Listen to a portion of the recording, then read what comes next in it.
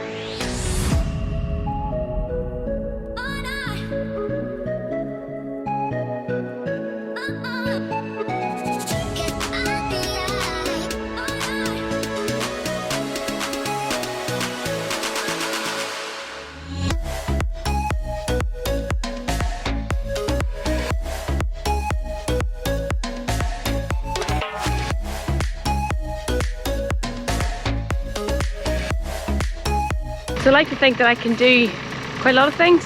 Milk cows, lamb, sheep, you know, all them things. Swing a hammer? Nah, very, very poor. I'm a very poor hammers woman. But we just make do.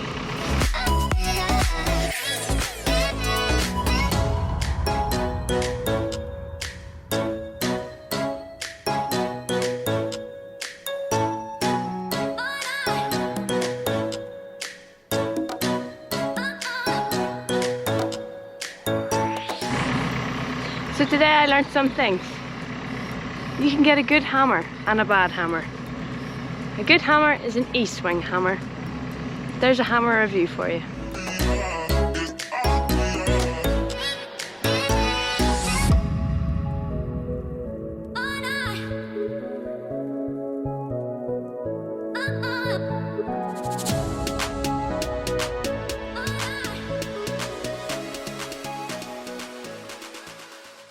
So it is the day after I last filmed.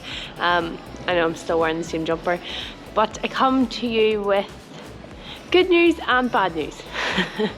Bad news is one of my Dorsets lambed yesterday morning with 2 dead lambs, which is annoying, but what can you do? I think they were probably dead in her for about 24 hours before she started to lamb.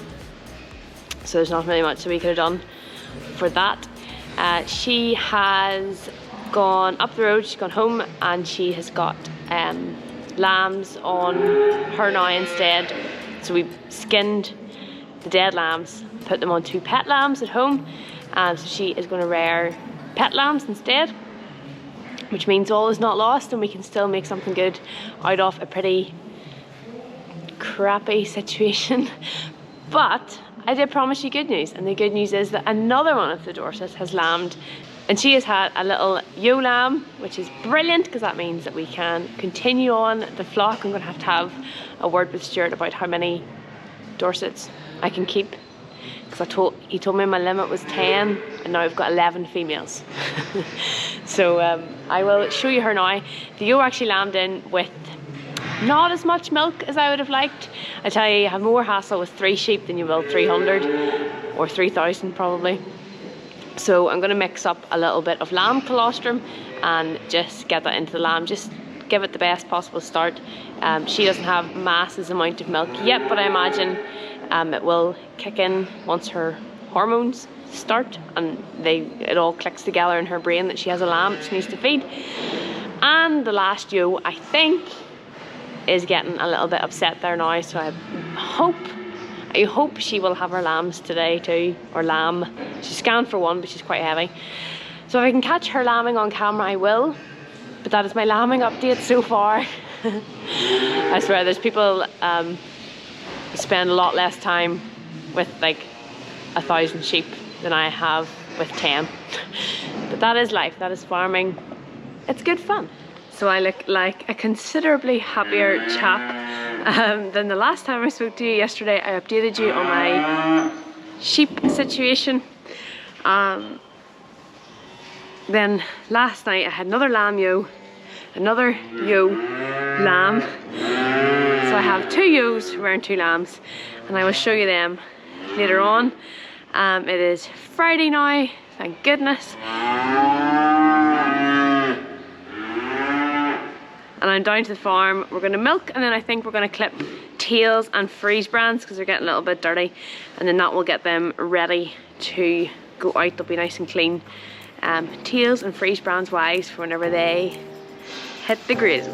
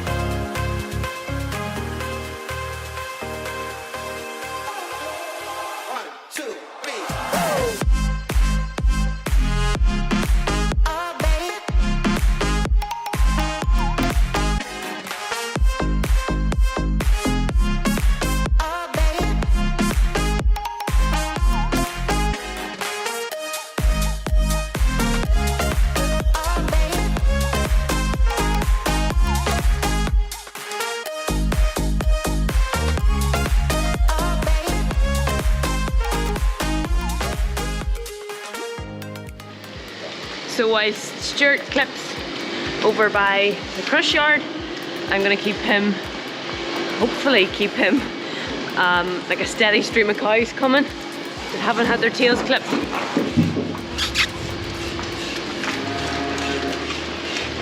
We just want to go as quietly and as calmly as possible.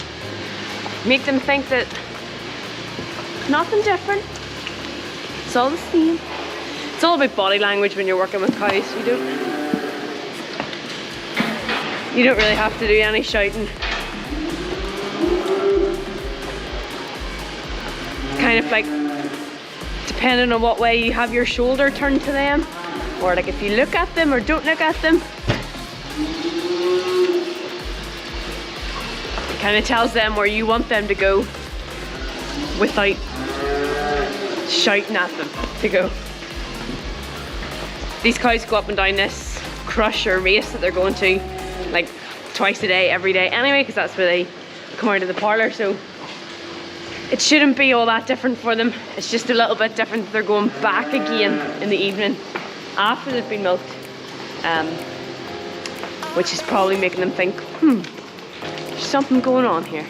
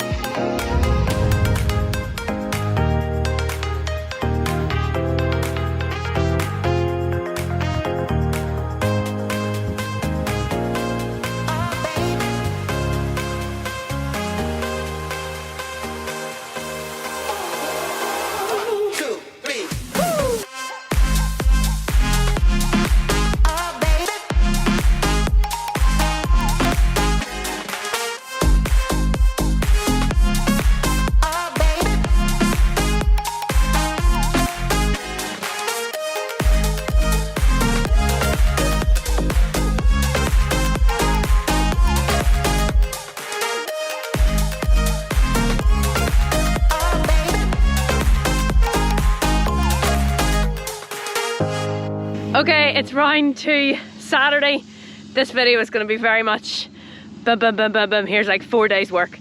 But such is life. This is farming and my very disjointed video. And today Stuart's out doing a bit of sowing. He's putting some straight N on the silage ground.